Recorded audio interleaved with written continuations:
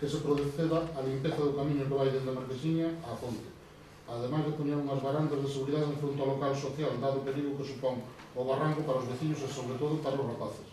Tamén queremos recordar o arranxo das barandas na ponte entre Cormes e Vilariño, dado o seu perigo.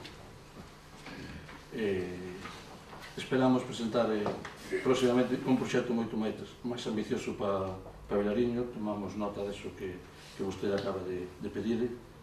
Vilariño ten unhas necesidades certamente importantes e esperamos en breve presentar un proxecto para Vilariño. Con respecto á baranda, pois cambiarémola, inda que evidentemente me gustaría saber que han fixo dano, pero... Ten todas as cesións confirmadas? Temos as cesións confirmadas, espero que non haxa volta atrás. Vale? Espero que non haxa volta atrás. Vale? Sabes que se queres comentamos despois eso, lógicamente, pois a cesión ten que ser unha cesión incondicionada. Ademais, hai un compromiso de todos eles de cesión.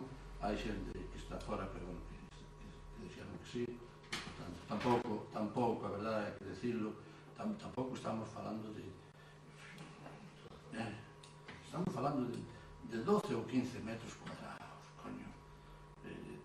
Pasa exactamente igual. Eu creo que se houbera xestionado e se houbera falado, non creo que cambiara tanto desde fai 2 anos aquí. Eu espero que esa obra non teña problema de execución. Por lo menos pouco.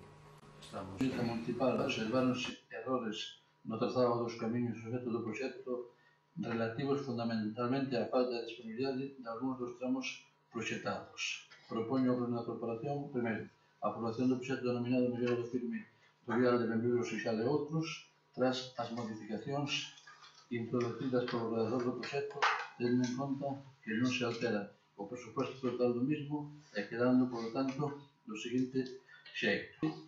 Vistos a modificación, o único, sabedes a casa de José, de fora, ali va un muro de contención e fora, non, como chama, este que está fora.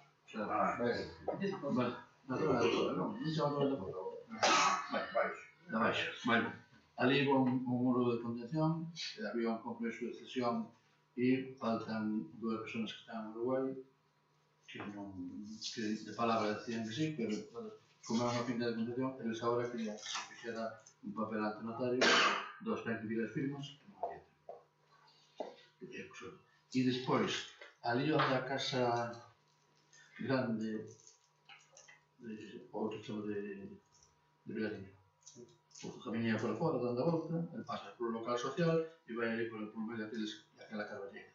Aí tamén nos encontramos que hai un trozo diante da casa que estaba no catastro, como se me desde Terra Galega preguntamos se tiña con a cesión. Acórdase que nos contestou vostede, dixo que depois de notificado, pois que sí, que tiña todas as instruccións. Incluso, eu recordo que no último pleno ordinario, celebrado o xoves 16 de novembro, nun rogo que presentou un novo grupo por orden, concretamente o número de vostede contestou que tiña un proxecto moito máis ambicioso para ese lugar.